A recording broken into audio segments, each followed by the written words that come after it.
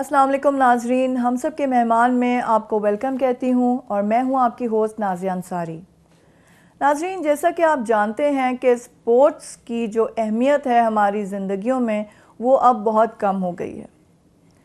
हम जब छोटे थे, हमारी जनरेशन जब स्कूल जाती थी, हम बच्चे थे, तो स्पोर्ट्स को बहुत अहमियत दी जाती थी। ना सिर्फ घर में बल्कि स्कूल में कंपलसरी क्लासेस होती थी, पीटी होती थी, चाहे गर्मी चाहे सर्दी, किसी ऐसी चीज़ से हम कभी गुरेज नहीं करते थे कि हम ग्राउंड में पहले पहुंचते थे और हर किस्म के स्पोर्ट्स वहां पर होते थे।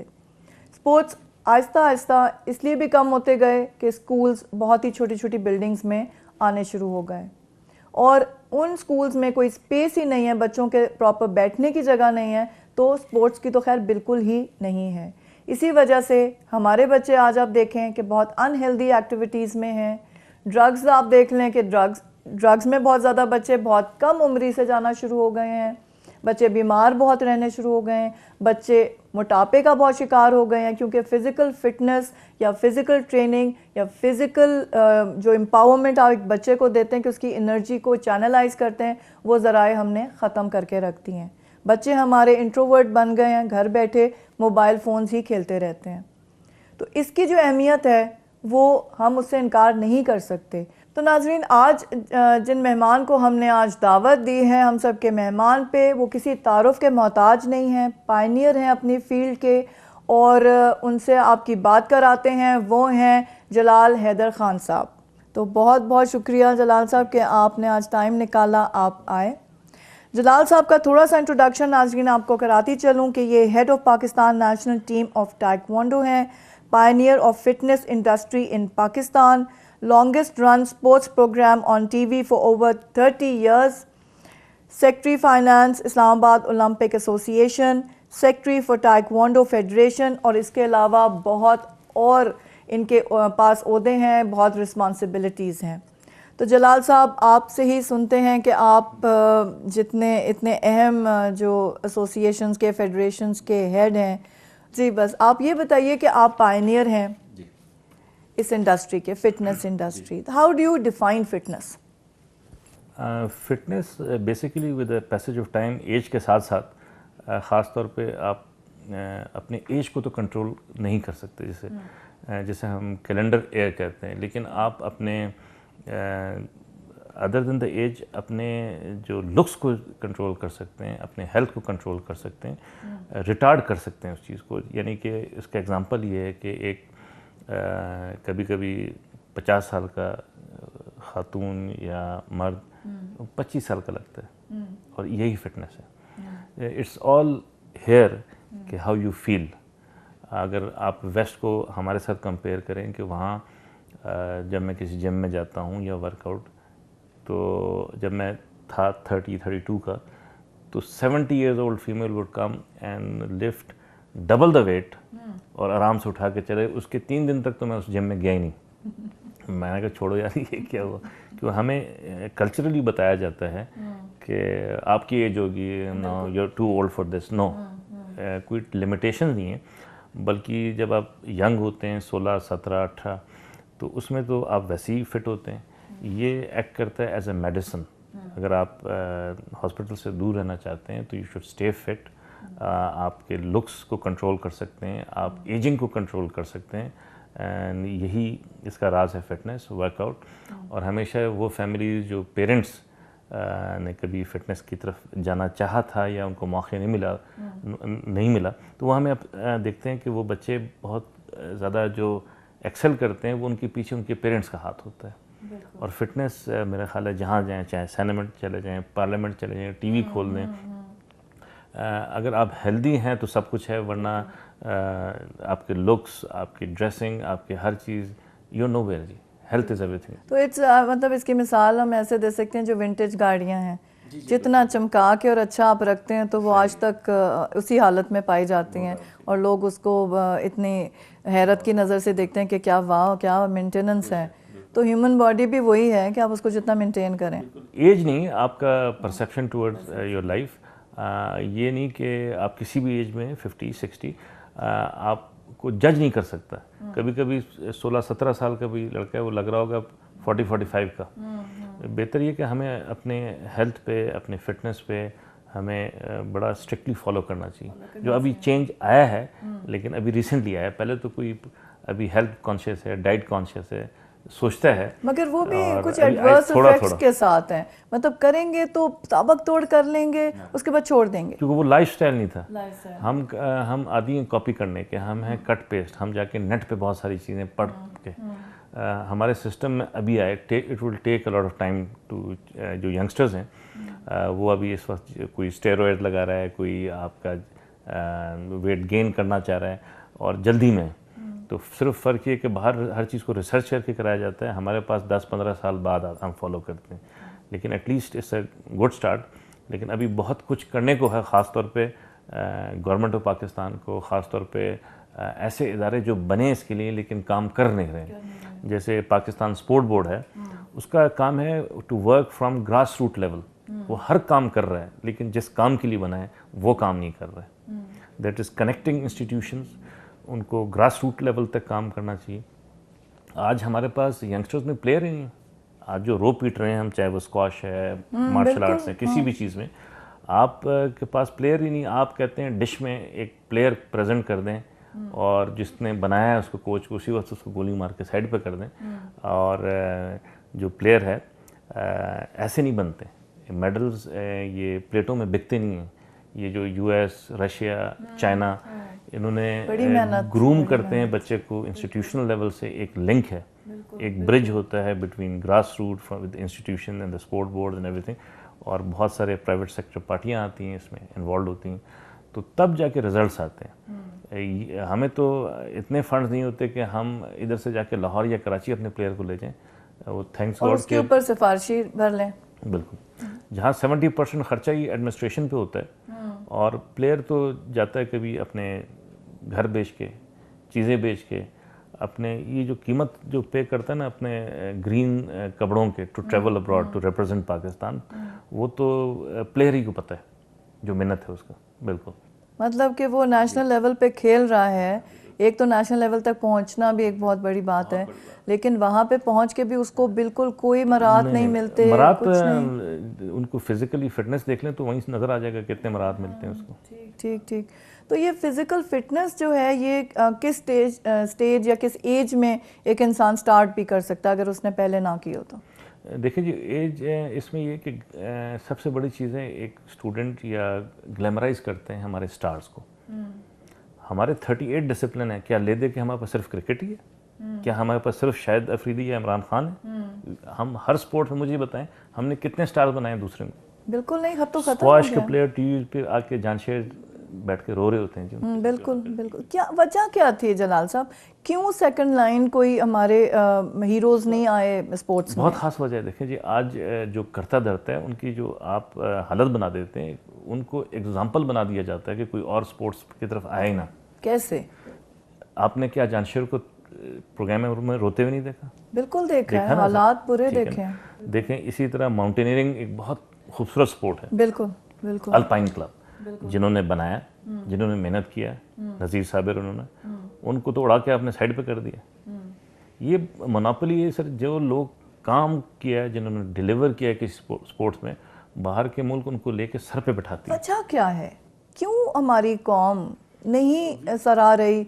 मैंने ये देखा है जलाल साहब, सिर्फ स्पोर्ट्स की तो आज हम बात कर रहे हैं इसमें बिलखुसूस इस प्रोग्राम में, लेकिन हम अपने ना नेशनल हीरोज़ को ओन करते हैं, ना हम अपने आर्टिस्ट को करते हैं, ना परफॉर्मिंग आर्ट्स में करते हैं, ना राइटर्स, ना पोइट्स, ना किसी चीज़ को। हमारे अंदर ये क्या चीज़ आ गई है कि हम लोगों में नेशनलिज्म और पेट्रियाटिज्म तो ख़त्म है। नेशन सबसे बड़े हमें इंसल्ट होता है जब हम कहीं बाहर खड़े होते हैं। पहला इंसल्ट होता है जब हम, जैसे मैं लगता गोरा हूँ, तो जैसे ही पासपोर्ट निकालता हूँ, सर हाँ, आप तो साइड पे हो जाए। वो सबसे पहला इंसल्ट होता है कि हमारा मुल्क इतना गया गुजरा क्या, ठीक है ना। और जबकि हम बहुत बेहतर हैं बाहर वालों से, लेकिन जो इमेज जो हमने बाहर पोर्ट्रे किया है वो बहुत बहुत बुरा दिया है, बहुत बुरा दिया है।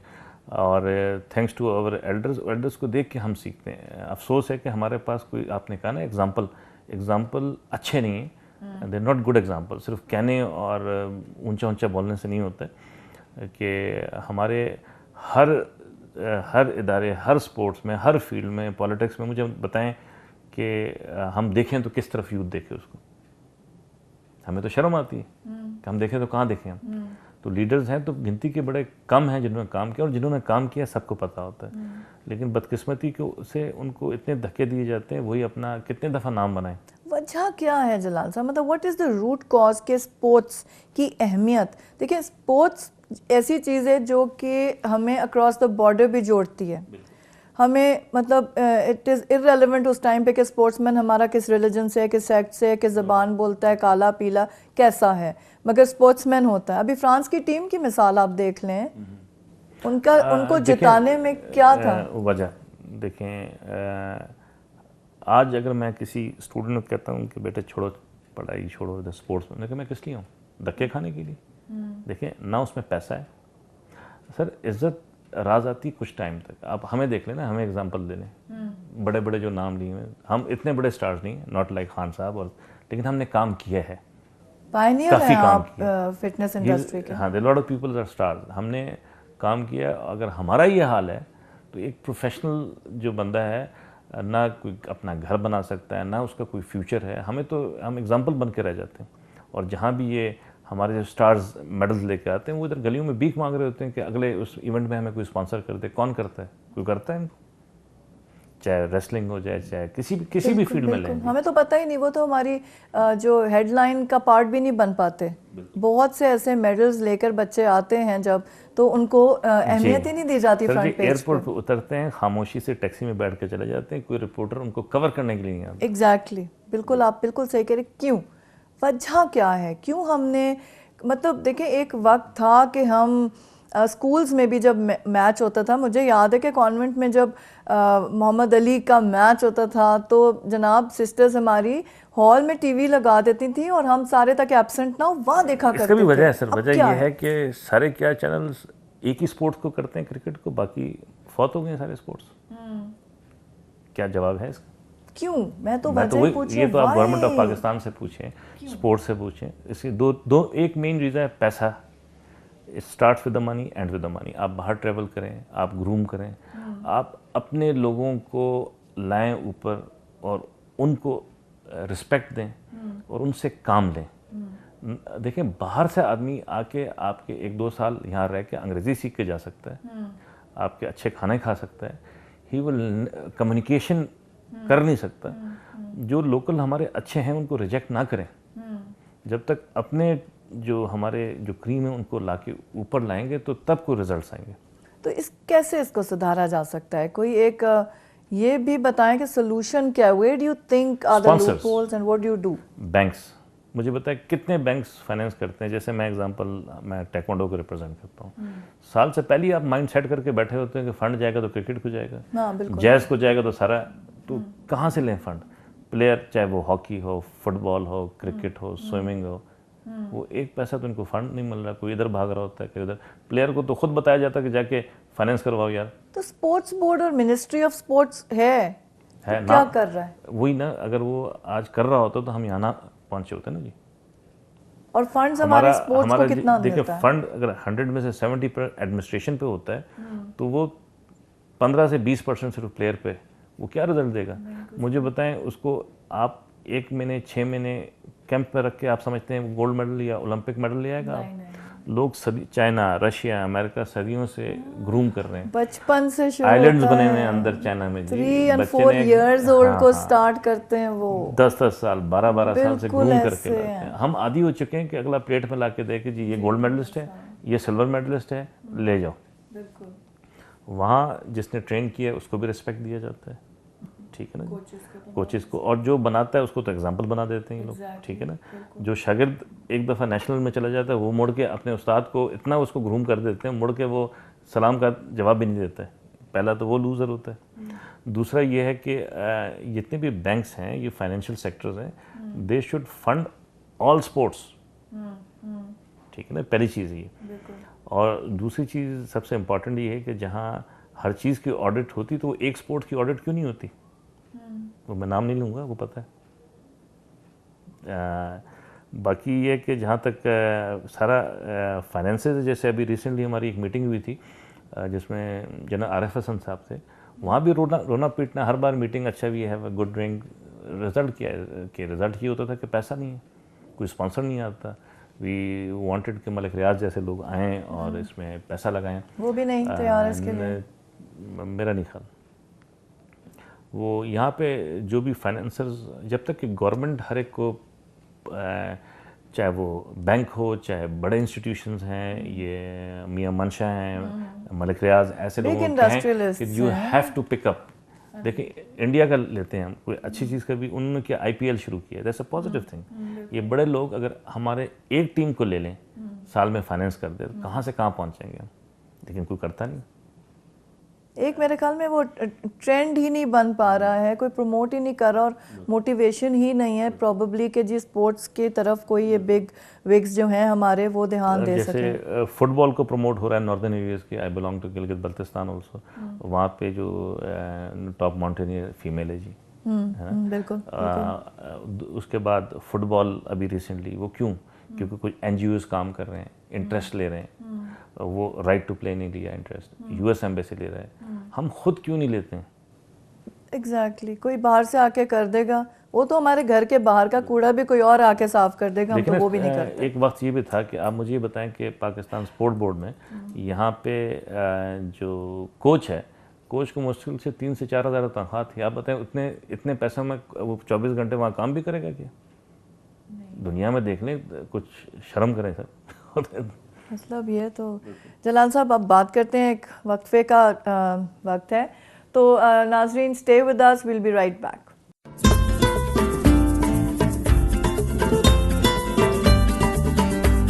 अस्सलाम वालेकुम, मेरा नाम सईदा अबीर फातिमा है। हम सब टीवी मेरा फेवरेट चैनल है, मैं इसको फॉलो करती हूँ, आप भी इसको फॉलो करें, लाइक करें और शेयर करें।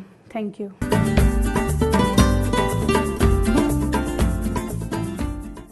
जी नाजरीन, welcome back after the break. आज हमारे साथ स्टूडियो में मौजूद हैं जलाल हैदर ख़ान साहब, जो कि पायनियर हैं फ़िटनेस इंडस्ट्री की पाकिस्तान में, और उनसे बात हो रही है कि हमारे यहाँ स्पोर्ट्स को बिल्कुल भी इम्पोर्टेंस नहीं दी जा रही है किसी भी लेवल पे। ना तो हमारी गवर्नमेंट उसको, किसी भी प्लेयर को स्पॉन्सर कर रही है, कोई मराद दे रहे हैं, या ज़रा सी भी ट्रेनिंग पे कोई तवज्जो दी जा रही हो। हमारी मिनिस्ट्री है स्पेशली स्पोर्ट्स की, वो ध्यान नहीं दे रही है। हमारे यहाँ स्पोर्ट्स को ज़ीरो पे हम आए हुए हैं, कुछ नहीं हो रहा है यहाँ पे। सिर्फ हम 1-2 स्पोर्ट्स को देख रहे हैं जिसके अंदर कुछ थोड़ी सी हलचल होती है, लेकिन बाकी सारा कुछ बिल्कुल इस तरह एक डेड बीट की तरह जा रहा है। तो जलाल साहब, हम बात कर रहे थे कि बिल्कुल ध्यान नहीं हुआ, तो आप ये बताएं कि कब से ये डिक्लाइन शुरू हुआ था? देखिए जी, मैं खुद इस्लामाबाद ओलंपिक एसोसिएशन का सेक्रेटरी फाइनेंस हूँ। मुझे आज तक खुद पता नहीं कि क्या हुआ है, तो इससे बड़ा एग्जांपल क्या हो सकता है? ठीक है जी, यहाँ मतलब कोई एक्टिविटी नहीं हुआ, कोई ले दे के 1-2 स्पोर्ट्स हैं जो वो सेल्फ फाइनेंस और वो कभी धक्के खा, जैसे टेक्वांडो है, हमारे प्रेसिडेंट हैं वसीम जंजुआ, कभी कहीं से पकड़ लिया, कभी किसी यार दोस्त से स्पॉन्सर ले लिया, भाग दौड़ किया। एक लिमिटेड तो होता है, लिमिटेड जिसे कहते हैं कि जिंदा रहें और इग्निशन चलता रहे, कभी कभी। लेकिन जब आप स्पोर्ट्स में आप ख्वाब देखते हैं अमेरिका का, रशिया का, चाइना का, या ओलंपिक मेडल देखते हैं, उसके लिए मेहनत करना पड़ता है, आपने ग्रूम करना पड़ता है। सिर्फ कैंप लगाने से या चीज़ को चलाने से नहीं होता, सब कुछ बेस करता है रिजल्ट्स पे। क्योंकि यहाँ से जब हम जाके बड़े प्रॉपर, एक और बड़ा इम्पॉर्टेंट चीज़ है, सिर्फ जाके डायरेक्ट ओलंपिक में जाके आप मेडल नहीं उठाता एक प्लेयर, उसके लिए उसको पॉइंट सिस्टम होता है सर, 3 साल 4 साल, वरना ये लोग बेवकूफ़ नहीं है कि जाके सर्किट में ATP पॉइंट्स लेते हैं, हर जगह ये ट्रैवल करते हैं। सिर्फ यहाँ पे प्लेयर ग्रूम नहीं हो रहा, यहाँ पे टेक्निकली ग्रूम होना पड़ता है।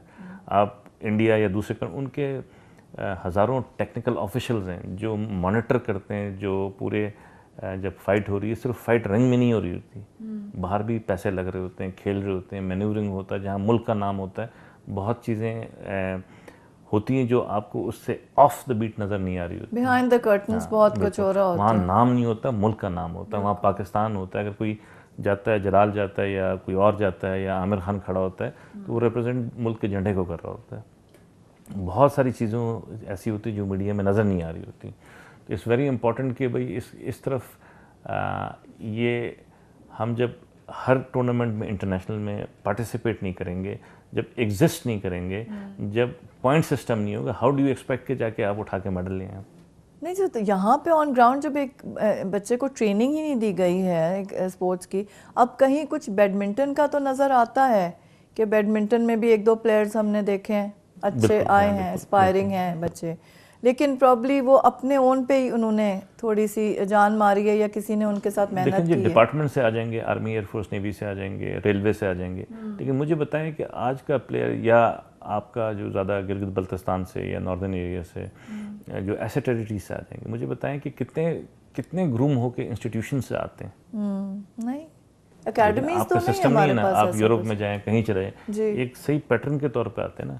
एक और दूसरा, इनमें से कितने भी बच्चे हैं, क्या ये कैरियर है? क्या एक बच्चा इसको कैरियर लेगा जो भी फ्यूचर में बाहर जहाँ भी जाए? तो इससे फुल टाइम जॉब, ये नहीं कि मैं शाम को 2 घंटे खेल लूँगा। इसमें अगर टेनिस में, हॉकी में, क्रिकेट में, फुटबॉल में एक बच्चा आता है तो वो बड़ा प्रॉपर टाइम देता है, पीछे माँ बाप का भी रगड़ा लग जाता है। तो मेरा ख्याल है कि वो इतना आसान नहीं है जितना ये समझ रहे हैं कि प्रॉपर प्रोफेशनल जितने भी हाई टेक जो प्लेयर हैं वो बहुत हाईली एजुकेटेड नहीं हैं। आप वो उनकी नहीं हिस्ट्री सकते लें। जी, बिल्कुल हाँ। ऐसे मैंने देखा है। तो यहाँ पे पहला जब सवाल माँ बाप करते हैं, उन्हें कहा कि यार चले मैं इसको डाल भी देता हूँ, ये घर कैसे चलेगा हमारा, या इसका क्या फ्यूचर है, आइंदा क्या तो इसका जवाब देना कोई। क्योंकि वो ऐसे पीक टाइम पे रिटायरमेंट हो जाएगी एक स्पोर्ट्समैन कहीं का नहीं रहता जी, कि वो कहाँ करेगा, उसके बाद क्या स्टार्ट लेगा। बुरा हाल होता है। फिर हाल ये होता है कि वो गलियों में मेडल बेच रहा होता है, जो आपने हर जगह देखा होगा। बिल्कुल ऐसे ही काम सुना उसको देखा, मिलता नहीं बिल्कुल सर, ऐसे ही जब तक वो विन कर रहा है वही उसके दिन है सर। उसके बाद ना वो घर वाले इसको एक्सेप्ट करते हैं, ना वो कहीं फिट इन हो सकता है, क्योंकि उसने ट्रेवल किया हुआ है इंटरनेशनली, उसका माइंड सेट हो गया इंटरनेशनल, वो Exposure अपने तो आप है। को यहाँ देख रहा है। अब वही जब नीचे आता है प्रैक्टिकल लाइफ में तो वो कहीं सेट ही नहीं हो पाता है। और वो it gets work for the girls. वो आप ट्रैवल कर रहे हैं, नेशनल लेवल पे compete कर रहे हैं, लेकिन उनका एक फ्यूचर के लिए कोई चीज़ डिज़ाइन नहीं है। इनका सिर्फ ये कि जो जिस तरह आई हैं तो उनको स्टेपन्स, फंड, स्पॉन्सरशिप, और ख़ास तौर पे जब एक इंटरनेशनल प्लेयर है, जब उसका डाउनफॉल देखें क्या होता है। वो तो ज़्यादा हम वी आर लकी, तकलीफ दें। वो खुदा का शुक्र है कि हम खड़े हुए हैं, वरना जहाँ बैठ के हमने इतने साल काम किया है। जैसे मैं अपना एग्जांपल बता देता हूँ कि पाकिस्तान टेलीविज़न के लिए मैंने काम किया 32 साल। तो 32 साल में ऐसा प्रोग्राम डिलीवर करता हूँ, आज जब लोगों को प्राइड ऑफ परफॉर्मेंस मिल जाता है, लाइफ टाइम अचीवमेंट मिल जाता है, अप्रिसिएशन मिल जाता है। कहीं किसी कोने में और कुछ नहीं कि बाथरूम के साइड पे तो एक तस्वीर लगी हुई होती है। हम तो उस मुस्तक के भी नहीं है कि अप्रिशिएट किया जाए। सिर्फ पार्लियामेंट में बातें होती हैं, बड़े बड़े इजलासों में, सेनेट में, कि भाई हेल्थ इज़ वेरी इंपॉर्टेंट, आप इसको एक एग्जांपल बना दें। तो I started when I was 13, आज आई एम 50+। तो you made a joke of a people जिन्होंने अपना लाइफ टाइम दिया एक इदारे को।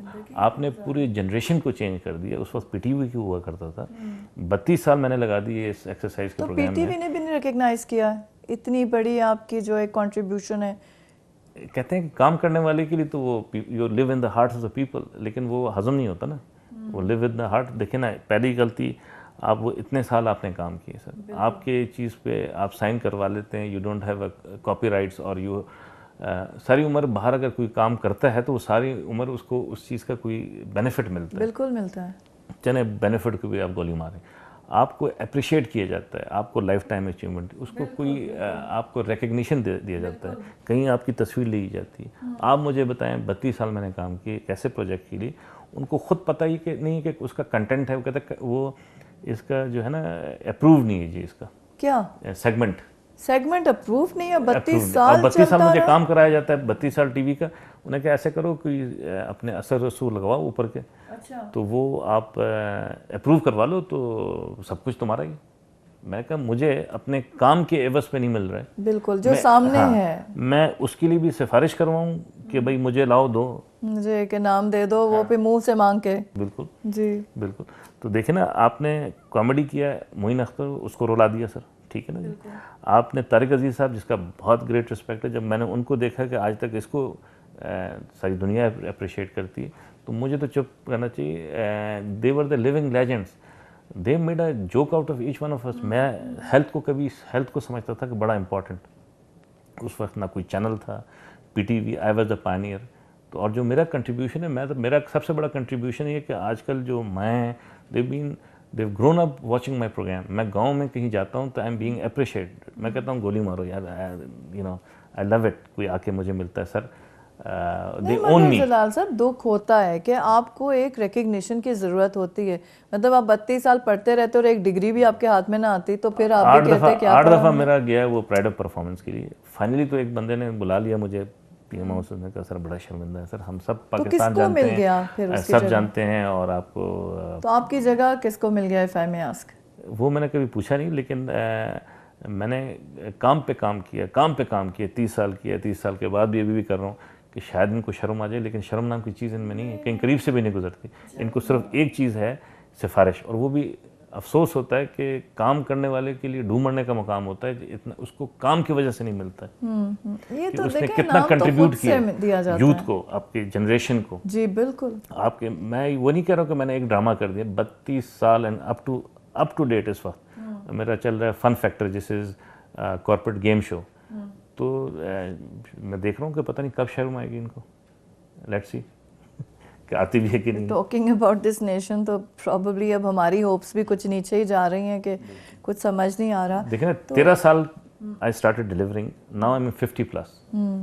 मतलब पूरा लाइफ टाइम है, इससे ज़्यादा और क्या आप ले सकते हैं? मतलब it's a very life time achievement award तो देना, क्योंकि एक इंसान ने अपनी पूरी जिंदगी इसमें खर्च की। दे हैव, मेरा ख्याल है कि दे इनके मतलब बुक्स में नहीं है मेरा ख्याल है।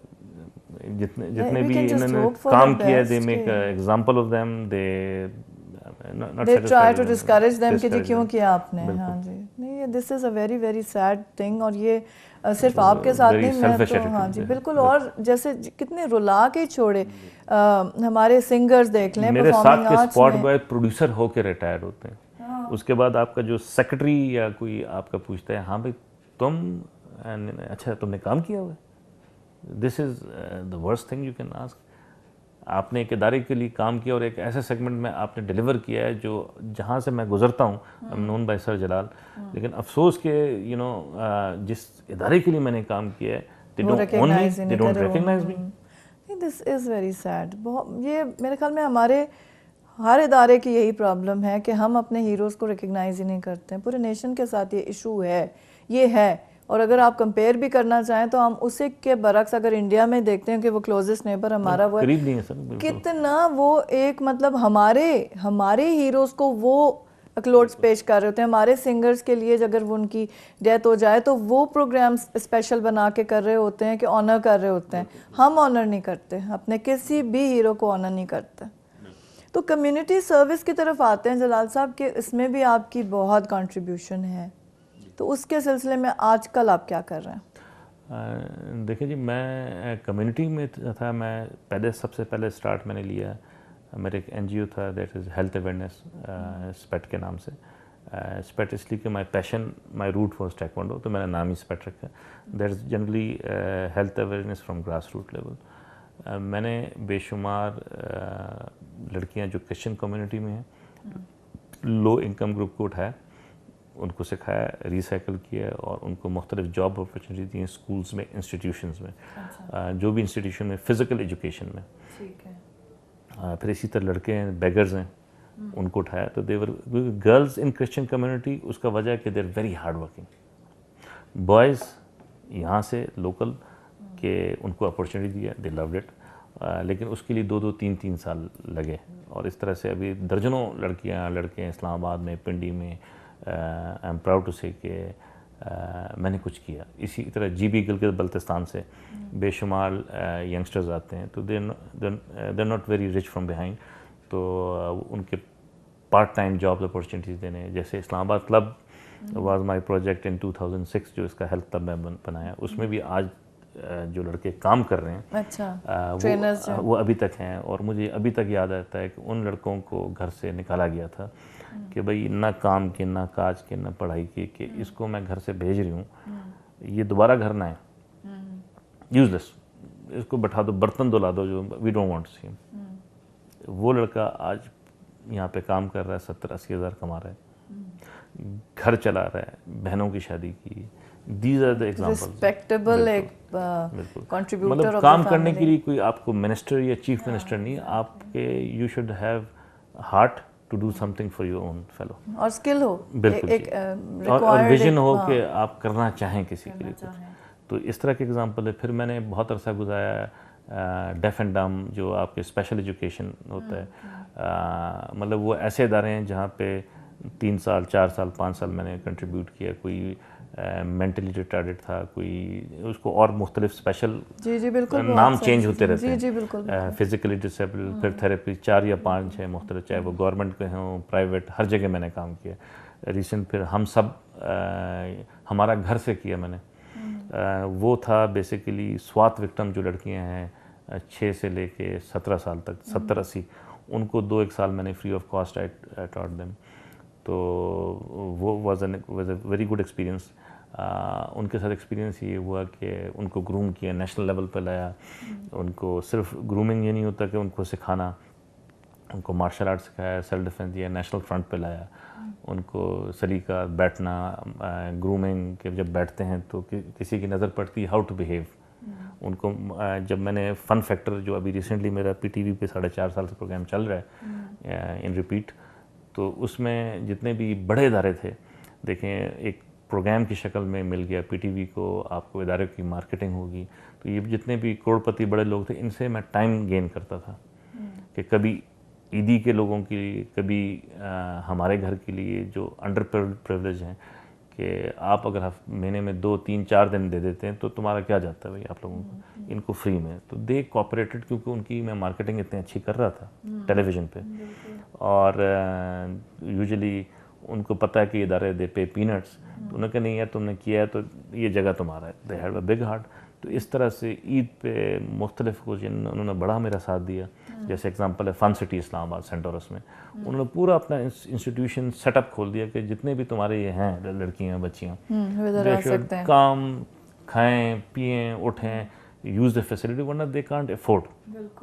ठीक है ना जी, इस तरह के काम किए। फिर रिसेंटली गर्ल गाइड के साथ मिलकर कोई तकरीबन 250 institution urban and rural areas में रेप विक्टिम्स के ऊपर, how to handle yourself, खुदा ना खास्ता आपको कोई सेंस ऑफ टच हो। तो इसमें जो ICT चैप्टर था उसमें मैंने काम किया, और उसमें कोई तकरीबन 250 में से हमने मुश्किल से कोई 40 इंस्टीट्यूशंस को हिट किया, जिसमें गवर्नमेंट कॉलेजेस हैं, जिसमें आपके they all come under this. पहले था इंटर प्रोविंशियल कोऑर्डिनेशन, अब पता नहीं they will be doing it सून। तो वो बहुत इफेक्टिव था, लड़कियों को बहुत पसंद था। लेकिन अफसोस अगेन देयर कि हमने सेमिनार किए, पीपल वर देयर, बच्चियाँ, वो सेल्फ डिफेंस आजकल ऐसा है कि वो एज अ सब्जेक्ट प्रमोट होना चाहिए, तो वहाँ पे नो सक्सेस। तो स्कूल्स और कॉलेजेस जिसमें आप गए, तो आपने ये मतलब उनको ट्रेनिंग दी, वक्फे से दी, लेकिन फिर भी it has not become a part of their regular routine. वजह उनमें से जो डिसीजन मेकर वो वहाँ नहीं बैठा होता था। हाँ बिल्कुल, क्योंकि उनको पास टाइम नहीं, इम्पोर्टेंट नहीं है, वो था एजुकेशन डायरेक्टरेट। जब तक वो नहीं देखेंगे, वो मैटर नहीं करता कि कितना अच्छा आप काम कर रहे हो, बात ये कि जब तक वो अप्रूवल वहाँ से नहीं मिलता। यहाँ इस मुल्क में आपको हर चीज़ का मेरिट है, हर चीज़ आता है, नज़र आता है कि जिसने काम किया हुआ है, कोई चीज़ छुपी भी नहीं होती। तो मेरा ख्याल है कि आप जब तक चीज़ों को ओन नहीं करेंगे, अगले को अप्रिशिएट नहीं करेंगे, जब उसको अट्रैक्शन पैदा नहीं करेंगे, तो आपका यूथ, आपका ग्रास रूट क्यों आएगा इस तरफ। एग्जैक्टली वो एक ट्रेंडिंग चीज़ बन जाती है ना, तो फिर यूथ वैसे ही चल पड़ता है उस चीज़ के पीछे। तो ये मुझे बताएं कि ये मैं उसके साथ कनेक्ट अप करती हूँ कि आजकल देखा जा रहा है कि बहुत वाक़े हो रहे हैं, चाइल्ड हरासमेंट, चाइल्ड रेप, ये सारा कुछ हो रहा है। और मतलब बहुत छोटी बच्चियों को तो रहने दें जो कि स्कूल नहीं जाते, लेकिन जो स्कूल गोइंग है, लाइक अब आप 3 ईयर्स से ही स्कूल चला जाता है एक बच्चा, ठीक है, ख़तरे के उसमें तो वो आ गया ना, कुछ भी अल्लाह ना करे हो सकता है। तो हम क्या उनको सिखा सकते हैं, छोटे छोटे बच्चों को भी? कमज़ोर एजुकेशन है हमारे घर से स्टार्ट होता है। You should educate a child to be bold. जब पहले से ही आप उनको ग्रूम करते हैं और उनको बताया जाता है कि इफ़ यू सी समथिंग, हमारे यहाँ हमारे कल्चर में even if a girl is 20 years old और समथिंग, उसको बंद कमरे में रखा जाता है, और एकदम एक दिन आप बताते हैं कि जाएं बंदा ढूंढ के ले आओ अपने लिए। तो दैट्स नॉट अ वे। आप एक बाहर गोरा है या एक अच्छी फैमिली जो बच्चों को समझती है, क्योंकि luckily I like people like us, हम 24 आवर्स बाहर ही होती हैं काम में, तो बड़ा कम टाइम मिलता है हमें to be with the children and spend time with the family. तो मेरा सजेशन था कि टू एजुकेट अ चाइल्ड और उसको अपने डिसीजंस खुद करने दें। जैसे कुछ इंस्टीट्यूशंस हैं लाहौर में, मैं अपना एग्जांपल बताता हूँ, ग्रेड 2, 3, 4, 5, मैंने कहा बेटा यार ये काम करना है, fine, I will make a decision, not my parents, I decide what I like, I think I am gonna do this. Okay, he has a तो ये एक कॉन्फिडेंस है जो बच्चे में आता है, वो ग्रूम करता है। That was LGS Lahore girls को DHA ब्रांच। अब यहाँ पे level of confidence of a child बहुत कमज़ोर है, कि आपको भाई गली में मत जाना, भाई वो को उठा के ले जाएगा, no, you are promoting the wrong thing. तो उसको मेंटली कॉन्फिडेंट बनाना, उनको इसी तरह सेल्फ डिफेंस और इसमें ग्रूम किस करना। एज से हम स्टार्ट कर सकते हैं उनको ये 4+, 4+, 5+, इट डिपेंड्स के बाज़ बच्चा ये है कि 7 साल की उम्र में बच्चा ज़मीन पे नहीं उतरता, मामा की गोद में होता है। बाज़ 4 साल का बच्चा ऐसा डायनामाइट होता है कि बैठता नहीं हो, तो हाइपर चाइल्ड इज़ देयर। तो इट इज़ बच्चे को देख के बताया जा सकता है कि क्या उसकी एबिलिटी, क्योंकि बहुत सारे बच्चे तो इतने पैम्पर होते हैं अब हमारे सोसाइटी में, बिल्कुल बिल्कुल, पेरेंट्स नज़र ही नहीं आते, मेड्स के साथ चल रहे होते हैं। बिल्कुल, और वो कि भी ना एसी मामा में के पास टाइम बैठना होता है ना पापा के पास टाइम होता है, बिल्कुल वो पैम्पर्ड फ़ोन से, पे या स्काइप पे या बिल्कुल बिल्कुल व्हाट्सएप पे बात हो ऐसे जाती है। ऐसे ऐसे यही है। तो मतलब आप ने जितने अभी तक बच्चे ग्रूम किए और बच्चियां ग्रूम की, तो आपको उनकी कोई सक्सेस स्टोरी कुछ इस तरह आती होगी तो बड़ी खुशी होती होगी। आई वाज प्राउड, क्योंकि उनमें से एक लड़का है, मतलब he is the future of Pakistan. हर एक की अपनी सोच है, he is a young chap, वो मेरे हाथों में पला हुआ है, मतलब मैंने टीच किया है, बहुत डांटता था, और कभी कभी मजाक में उसको बिल्लू भी कहता था। मैं कहा खुदा ना कहीं मिला तो उठवाए ना ले मुझे। बिलावल भुट्टो जरदारी जी। अच्छा, हाँ जी, अच्छा। तो उसका बचपन मतलब 2-1 साल मैंने सिखाया, he used to be a green belt, और माशाल्लाह बड़ा अच्छा टाइम गुजरा है उसके साथ। बिकॉज बुरा टाइम इसलिए गुजरा कि जब वो आता था मेरी क्लास खाली हो जाती थी, पूरा स्ट्रीट जो है ब्लॉक हो जाता था। ओह हाँ, सिक्योरिटी। हाँ, तो पहले तो मैं खुश हुआ कि यार बिलावल डिस्प्लेइंग, तो मेरे पास इतना बड़ा कोई जगह नहीं होता था, you know, it was the car parking, तो उसमें मैं कालीन बिछाना और क्लासेस लेता था। तो उस वक्त जरदारी साहब वाज देयर, तो मैंने कहा यार don't have a good place, और मैं कोई ऐसा बड़ा एकेडमी नहीं, मैं इस porch, that's what I can afford, तो इज़ दैट ओके? कहता है दिमाग चल गया तुम्हारा, माई सन इज़ कमिंग फॉर यू, तुम राजा बाज़ार में आएगा, व्हाट डिड यू से? फिक्र ही मत करो। पहला ही इंट्रैक्शन। अच्छा। फिर दूसरा इस तरह हुआ कि वो सारे बच्चे भागे मेरे।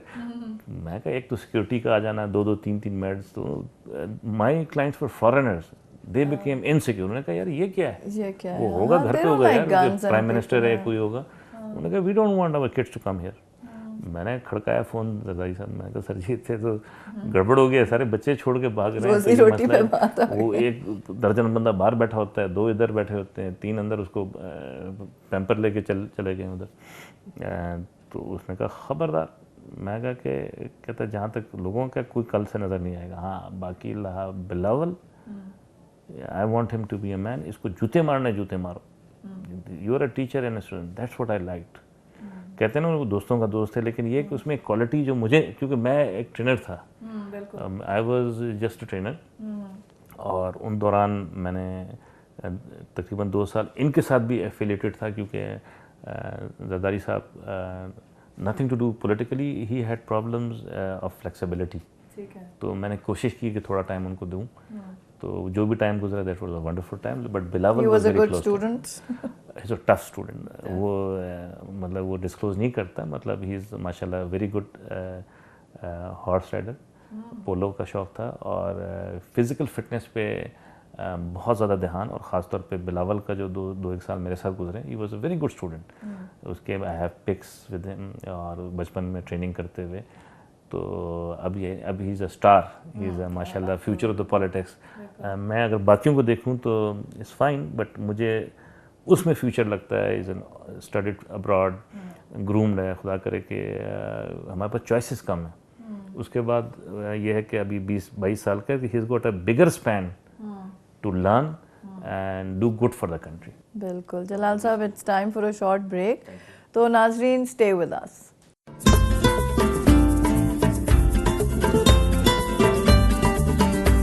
बिस्मिल्लाहिर्रहमानिर्रहीम। हम सब टीवी के हवाले से मैं इतना कहता चलूँ कि हम सब टीवी किसी भी तरह से दूसरे मेन स्ट्रीम मीडिया से पीछे नहीं है।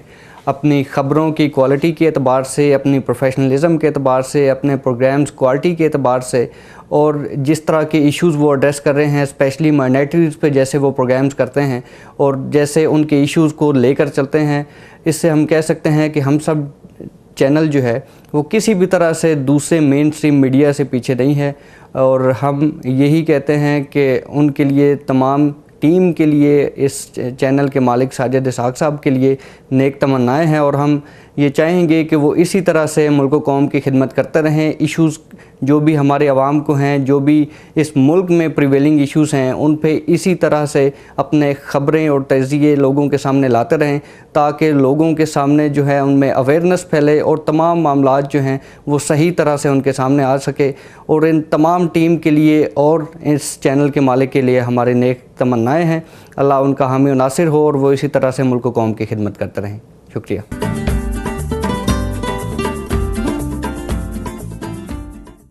जी नाजरीन, welcome back after the break. और आज हमारे साथ स्टूडियोज़ में मौजूद हैं जलाल हैदर ख़ान साहब और हम बात कर रहे हैं स्पोर्ट्स के ऊपर और बेसिकली फ़िज़िकल फ़िटनेस के ऊपर। और हमने अभी तक ये बात की है कि बहुत दुख के साथ जलाल साहब ये बता रहे हैं कि अभी तक, अब 70 साल का हो गया पाकिस्तान, लेकिन अभी तक यहाँ पे नेशन में स्पोर्ट्स की या फ़िज़िकल फ़िटनेस की वो जगह नहीं बन सकी जो दूसरे ममालिक में है। और हमारी जो मिनिस्ट्रीज़ हैं या मिनिस्ट्रीज़ में लोग बैठे हैं, स्कूल्स हैं, उसकी एडमिनिस्ट्रेशन है, फेडरेशंस हैं स्पोर्ट्स की, या फिर हमारे अपने घर के पेरेंट्स हैं, हमारे बुज़ुर्ग हैं जो या न्यू पेरेंट्स हैं, वो स्पोर्ट्स को वो अहमियत नहीं दे रहे, ना वो ये समझ रहे हैं कि उनके बच्चे के लिए ये कितना ज़रूरी है। क्योंकि ये बात सबसे ज़्यादा समझने की है नाजरीन कि सिर्फ एकेडमिक एजुकेशन नहीं होती है, फ़िज़िकल जो एक नशोनुमा है वो बहुत ज़रूरी है। आप बच्चे को कमरे में बंद करके सिर्फ पढ़ाते रहेंगे तो वो एक अच्छा बैलेंस पर्सनालिटी में उसकी डेवलपमेंट नहीं हो सकेगी। स्पोर्ट्स जो है वो बहुत कुछ सिखाती है। स्पोर्ट्समैन स्पिरिट आती है, आपको compete करना आता है, डिसिप्लिन आता है, शेयरिंग आती है, you become a good loser, आप हारते भी हैं, आप जीतते भी हैं, you become a good winner. आप बहुत सारा कुछ करते हैं, सिनर्जी होती है टीम के साथ, आपको पता चलता है कि टीम के साथ ही हमने एक जीतना है, एक सोलो अचीवमेंट कोई चीज़ नहीं होती। लेकिन ये चीज़ें अब ख़त्म हो गई हैं और इसी वजह से हम देख रहे हैं कि हमारी सोसाइटी इतने इंतशार का शिकार होती चली जा रही है। सिर्फ मैं का लफ्ज़ एक बहुत बड़ा हो गया है और हम का जो लफ्ज़ है वो ख़त्म हो गया है। तो अब आगे चलते हैं और बात करते हैं जलाल साहब से कि और क्या कुछ वो कर रहे हैं। अभी उन्होंने कम्युनिटी डेवलपमेंट के बारे में बताया कि वो क्या कुछ कर चुके हैं और अब आगे हम उनसे पूछते हैं कि वुमेन एम्पावरमेंट के लिए वो क्या कुछ कर रहे हैं। तो जलाल साहब, वुमेन एम्पावरमेंट के लिए बिलखुसूस आपने अभी तक क्या किया? एक इदारा था राइट टू प्ले जो फीमेल्स के लिए काम कर रहा था और यूएस एम्बेसी कर रहा था उसमें। तो ऑब्वियसली उसमें जो Sana was the captain of the Pakistan team, she was basically she wanted me in the program. वजह क्योंकि वो मेरी शागिर्द थी और मैं उसका उस्ताद था। तो मैं कहा आप सर आप बहुत सारा काम कर रहे हैं, इधर भी आके कुछ काम करें। तो Sana was one of my student जो कि लीडिंग कैप्टन थी पाकिस्तान फुटबॉल टीम। तो उनके साथ मिलके मैंने इनिशिएट किया women empowerment through sports through self defence. उन्होंने बेशुमार स्लाइड्स दिखाए मुझे बहुत सारा, जैसे कि आजकल जो एजुकेशन सिस्टम चेंज हो गया है, जैसे PYP प्रोग्राम है, जैसे PSP personal social physical education UK में, वो किताबें, वो कंसेंट जो मैंने आज से 10 साल पहले लिख के फेंक दी हैं, वो चीज़ उसको अभी PYP प्रोग्राम कहा जाता है, कभी PSP। सिर्फ ये कि अल्फाज बदल गए हैं, अंग्रेज़ी बदल गई। तो मुझे अफसोस है कि यार मैं काम तो ठीक कर रहा था, लफ्ज़ों का फेर है, कहीं इसको इंकरेजमेंट कहते हैं, कहीं इसको डिसिप्लिन कहते हैं। ये तो छापा मैंने अभी इन्होंने, तो मुझे खुशी हुई कि वो चीज़ मैंने आज से 8-10 साल पहले एजुकेशन सेक्टर में दिया, दिखाया, किया, लेकिन वो वेंट ऑफ, कोई response no response, no notice, ठीक है ना। लेकिन फिर इसके बाद मैंने वो ये स्वात विक्टिम थी, कोई मोर देन 60-70 गर्ल्स, और उनके लिए, उनको देखने के लिए, उस प्रोग्राम के लिए 7 बिग डोनर्स और कम्युनिटी जो काम कर रही हैं, अमेरिका की जो टॉप, जिनकी एज थी 60+, 70+, 75+, वो आई, उन्होंने पूरा 2-3 दिन दिए, इन बच्चियों के साथ वर्कआउट किया, शो लगाया। उसके बाद हमारी पाकिस्तान की top swimmer, top football player, squash हो, बैडमिंटन हो, they were also invited by the right to play.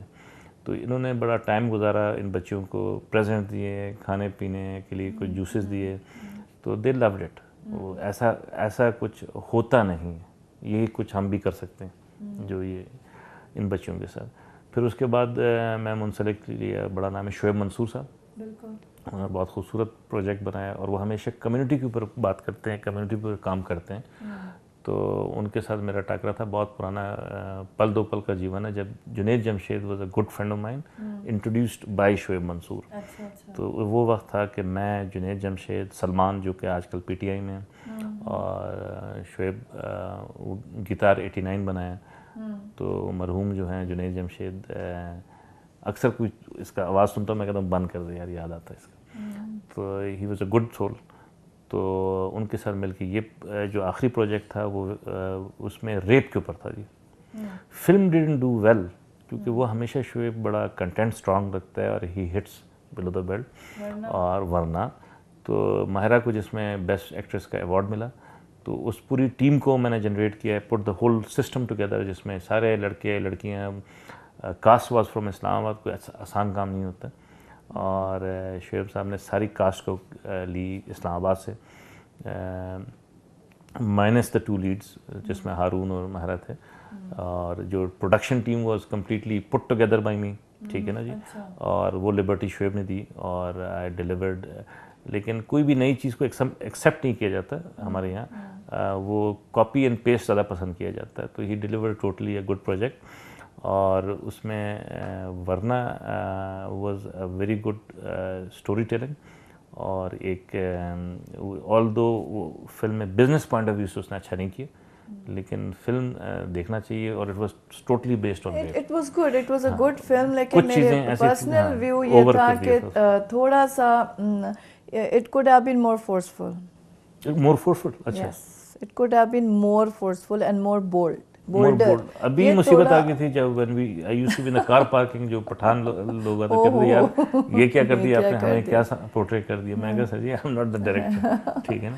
नहीं, मगर इसको और बोल्ड हो सकती थी। हाँ बिल्कुल हो सकती थी कि इसको ज़रा ज़्यादा इस चीज़ को आगे लाते, और इतना मतलब थोड़ा सा ना वो स्ट्रेच ना होता टाइम इधर उधर में, बहुत ज़्यादा और फोकस्ड होता।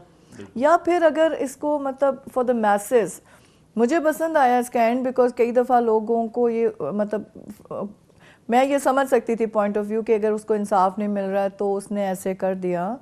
लेकिन अगर हम उसको उस तरह दिखाते कि इंसाफ मिला, तो फिर जुडिशरी स्ट्रांग दिखाते ना, हम दिखा सकते थे कि हाँ ये भी हो सकता है।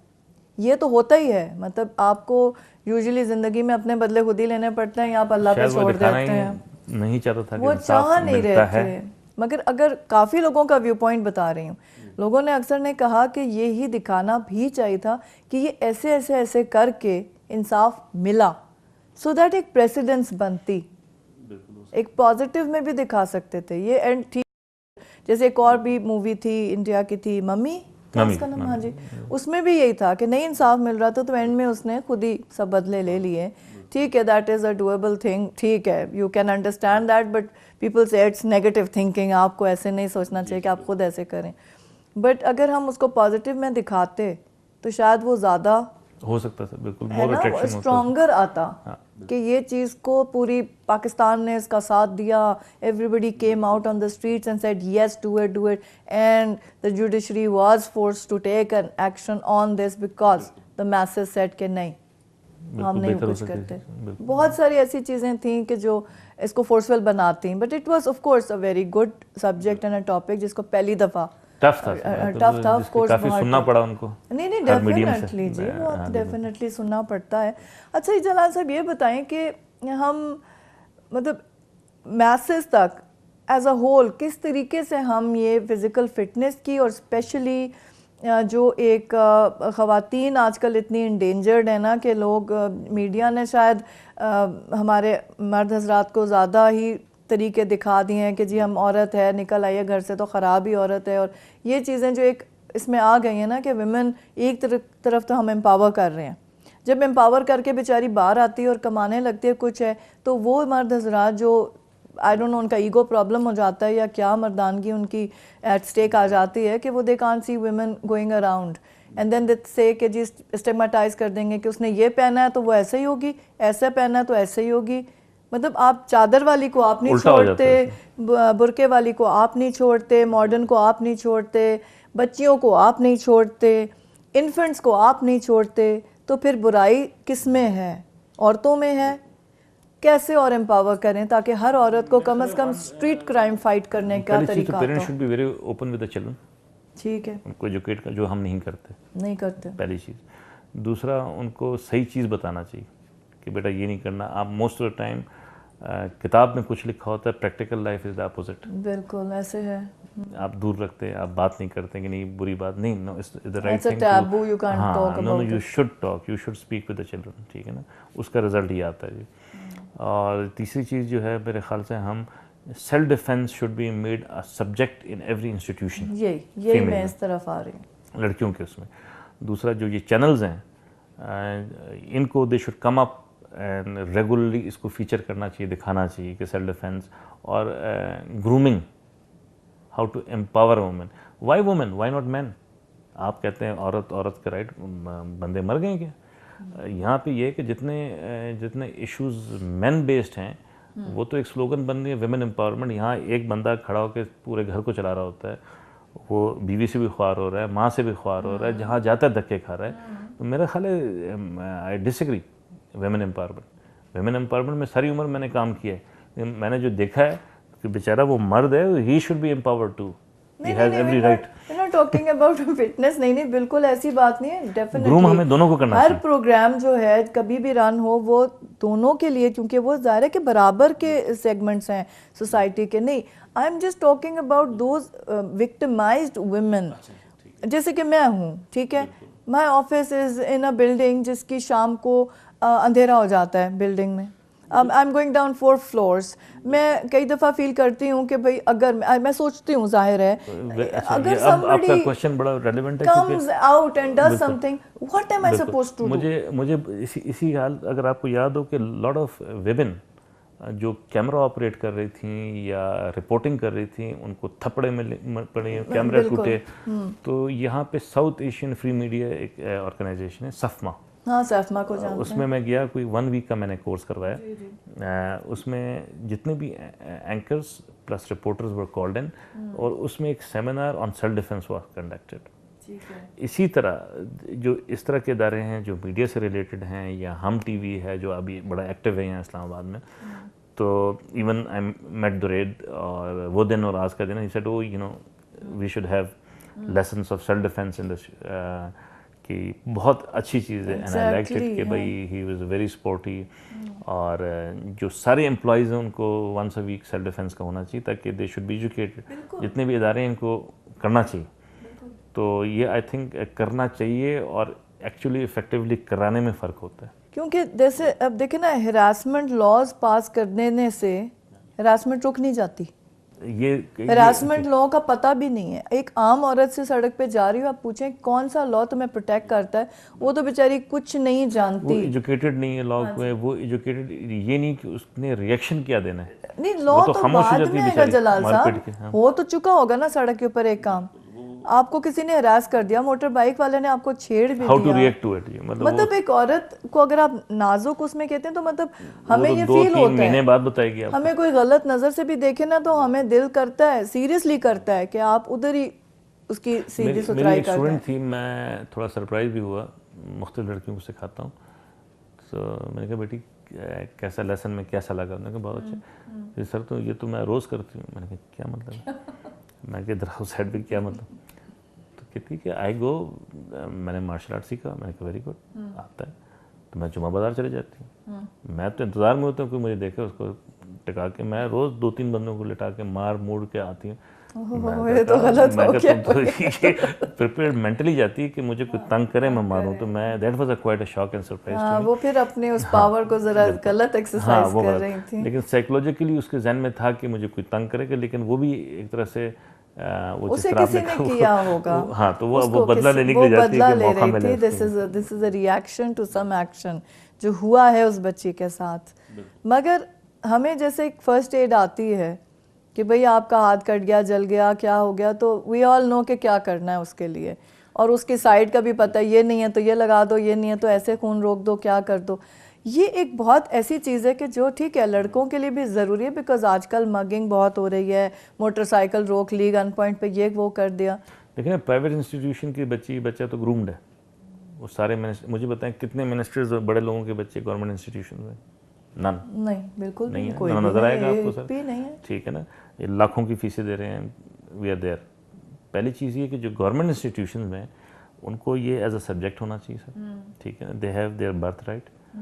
खुदा करे कि अभी government I, they talk about education, I don't see much happening. I hope के आएँ और ये एजुकेशन में they should go ahead and do something for the education. और तीसरा, जब मैं बोल रहा हूँ तो मैं I would like to say that the profit is entertained by institution throughout the year. जब माँ बाप देते हैं, they pay heavy prices for the private institutions, तो वो जो hiring of the teachers and them the profit जो सारा साल वो खा रहे होते हैं एक इंस्टीट्यूशन, तो समर वेकेशन में वो पैसे जो टीचरों को जाते हैं वो they should be paid by the institution, why from by the parents. Good point. Very point. वो हायर आपने किया है, सब प्रॉफिट जब सारा साल आप कमाते हैं तो वो 1-1.5 महीने का वो भी आप पेरेंट्स का खून चूस के तो ये गवर्नमेंट की पॉलिसीज हैं। देखें हर जगह डिस्पेरिटी आती है। आप कौन सी जगह पे देख लें कि जहाँ पे आपको एक थंब रूल मिल जाएगा कि यही है, you going by the book और एक वही स्पिरिट से चलते हैं। गवर्नमेंट चलता ही इसी पे, पहले आपसे गलती करवाता है, वो नहीं कराएगा तो खाएगा कैसे? सिंपल। बहुत सी चीज़ों, हर चीज़ों में यही बात आ रही है। जहाँ छापे पड़ रहे हैं जो बिग रेस्टोरेंट्स में हैं, तो बाकी लोग जो हैं वो यही कह रहे हैं कि जी वहाँ से तो आप 2-4 दिन के बाद वो खाना, हाँ, लिफाफा मिल जाएगा, लिफाफा खा के या जो भी चीज़ें लेके वहाँ पे फिर दोबारा खुल जाता है। सड़क पे जो बिल्कुल ये थड़े पे गंदगी और ये सब कुछ चोरी, वो क्यों नहीं नज़र आ रहा है इनको? सिर्फ टॉप क्लास टॉप ब्रास के रेस्टोरेंट्स पे क्यों छापे पड़ रहे हैं? ये स्ट्रीट हॉकर्स पे क्यों नहीं पड़ते? बिकॉज बीमारी तो यहाँ से आ रही है ना। These are the people are really suffering. ये बात तो सही है। आई होप आपका प्रोग्राम देख के, और कुछ नहीं तो self defence should be made a compulsory subject बनाया जाए। नहीं जी, बिल्कुल। जब हम वुमेन एम्पावरमेंट कहते हैं तो मेरा ख्याल है कि ख़ासतौर पे उन बच्चियों को जो मैं देखता हूँ जो लो इनकम या एफजी कॉलेजेस या बिल्कुल इतना कि जो 20-25-30 रुपए दे के अपना मंथ का फ़ी जमा करती है, तो उन्होंने कहा कि आपकी जो चीज़ आप सिखाते हैं तो उसके तो हाई प्राइसेस दे, वो कांट अफोर्ड टू पे। मैं कहा वो फिक्र ना करें, मैं एडजस्ट कर लूँगा, तो लेट्स स्टार्ट डूइंग इट। तो मैं यही कह रहा हूँ कि सिर्फ मैं नहीं, हमारे जैसे बेशुमार लोग हैं कुछ करना चाहते हैं, तो मेरा ख्याल अगर ये एज अ सब्जेक्ट एम्पावर कर दिया जाता है तो हमारी जो लाइन है जो गवर्नमेंट इंस्टीट्यूशन वो एक्सपोज नहीं होती ज़्यादा। दैट इज़ वेरी इंपॉर्टेंट को उनको एम्पावर करने के लिए सेल्फ डिफेंस और ऐसे ग्रूमिंग सेशन ज़्यादा तो वहीं जा रहे हैं ना ज़्यादातर। तो वरना आज वो फिनिशिंग स्कूल्स जो एयरफोर्स ने स्टार्ट किया वो ना होता। इतनी एजुकेटेड लड़कियों को जो पढ़ के बाहर मुल्क में बच्चियां आती हैं बिफोर मैरिज, वो जब आप उनको ग्रूम कर सकते हैं, जो बड़े लोगों के बच्चे हैं, जो फोर्सेस के बच्चे, जो बड़े जनरलों के हैं, तो क्या उनका राइट नहीं जो नीचे बैठी हुई वो बेटियां नहीं? और वो भी चंद बच्चियां ही पढ़, कितनी कैपेसिटी है, कितने लोग निकले हुए वहाँ से? लिमिटेड है ना, बहुत ही, मतलब इतने से हैं।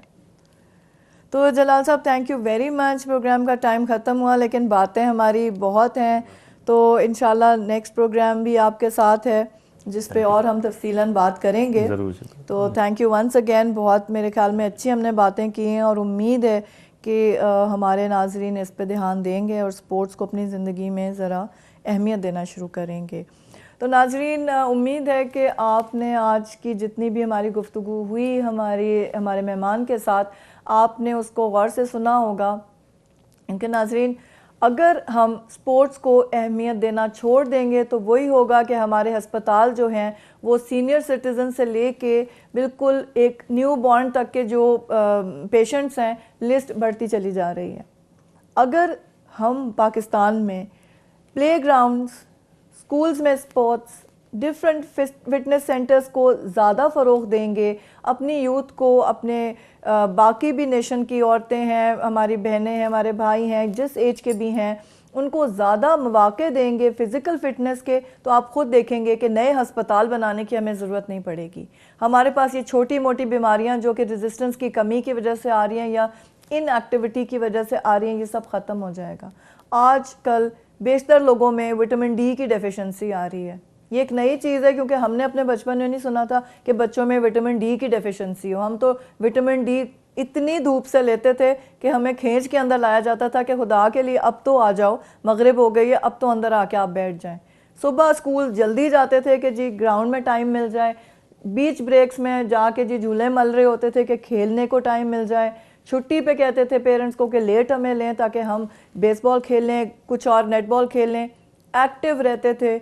आज तक एक्टिव है वो नस्ल जो स्पोर्ट्स में बहुत ज़्यादा एक्टिवली पार्टिसिपेट करते थे। मगर आज हम देख रहे हैं कि हमारे बच्चों के पास सिर्फ वो फ़ोन्स हैं, फ़ोन को लेके, कंप्यूटर को लेके इन गेम्स के अंदर लगे और पेरेंट्स बिल्कुल ध्यान नहीं दे रहे। दे फील कि हाँ बच्चा अगर नज़रों के सामने चुप करके कोने में बैठा हुआ ये कर रहा है तो वो बहुत सेफ़ है। नहीं नाजरीन, हम यहाँ पे बिल्कुल गलत हैं। हमने अपनी पूरी यूथ को बिल्कुल ही कॉन्फिडेंस से बिल्कुल आरी कर दिया है। They have no confidence to stand up and even greet their elders. उनको ये तमीज़ भी नहीं आई है, उनको ये कॉन्फिडेंस नहीं है कि वो घर से बाहर अकेले चले जाएंगे तो क्या हो जाएगा, how will they deal with it. अपने बच्चों को हमें चाहिए कि हम उन्हें कॉन्फिडेंस दें, हम उन्हें सेल्फ डिफेंस सिखाएं। छुपा के तो नहीं रख सकते हम अपने बच्चों को सारी ज़िंदगी, और जब वो बाहर निकलते हैं तो उनको जब सोसाइटी का सामना करना पड़ता है तो उनमें कॉन्फिडेंस की कमी होती है। तो बचपन से ही उनको सेल्फ डिफेंस सिखाएं। स्कूल्स को जहाँ जहाँ आपके बच्चे पढ़ रहे हैं उनको मोटिवेट करें, वहाँ के जो सीनियर स्टाफ हैं, जो डिसीजन मेकर्स हैं स्कूल्स के, इंस्टीट्यूशंस के, कि वो सेल्फ डिफेंस को स्कूल के करिकुलम का पार्ट बनाएं, ताकि आपका बच्चा आपकी तरफ से भी कॉन्फिडेंस हासिल करे और स्कूल से भी उसको ये पता चले कि किस तरीके से एक्टिवली वो एक किसी गलत काम से अपना बचाव कर सकता है। कोई बच्चा छोटा है, बड़ा है, हम सारे ही आजकल इस एज में भी मुझे भी ख़तरा लगता है कि अगर मैं सड़क पे अकेली जा रही हूँ, रात को मैं लेट घर जा रही हूँ काम से, तो कोई ना कोई अटैक करेगा तो मैं क्या करूँगी। अगर मुझे सेल्फ डिफेंस आती होगी, आई विल बी कॉन्फिडेंट।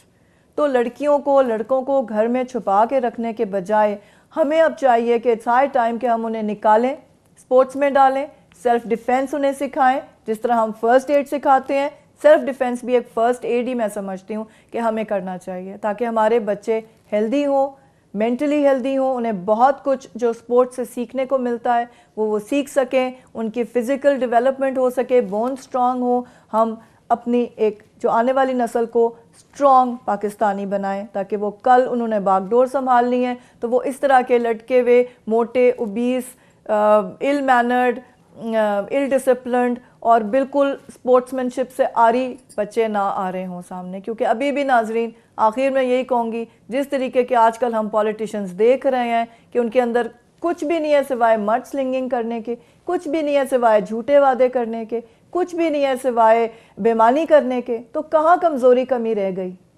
शायद माओ की परवरिश, घर की परवरिश, स्कूल की परवरिश में ये कमी रह गई कि आज पूरा पाकिस्तान करप्शन को रो रहा है बैठ के। हम यही कह रहे हैं कि दूध वाले से लेके ऊपर तक हर कोई हमें बेईमानी करता नज़र आ रहा है। चाहे फल वाला है तो वो बेईमानी करके गलत फल हमें डाल के दे देगा। हर तरीके से बेईमानी जो है ना वो इतनी उरूज पे पहुंची हुई है। गलती किसकी है? गलती हमारी है, क्योंकि हम सही रास्ते से हट गए हैं। तालीम तालीम तालीम सिर्फ किताबी तालीम तक रह गई है। डिग्रीज़ हैं जो बिक रही हैं, थीसिस है जो बच्चे बाहर से करवा रहे हैं। किसी चीज़ में एक्सपर्टीज़ हमारी रह नहीं गई है और हम कह रहे हैं कि जी एजुकेशन को हम रो रहे हैं। तो प्लीज़ पेरेंट्स, आपसे ये गुजारिश है, और उन बुज़ुर्गों को जो ये प्रोग्राम देख रहे हैं, जो अपने बच्चों को ये बता सकते हैं कि वो आगे आपके जो ग्रैंड चिल्ड्रन हैं उनके ऊपर ध्यान दें, कि education is not only bookish education, academic नहीं होती है, it is also physical education, it is also a lot of other things. Grooming भी एजुकेशन का पार्ट है।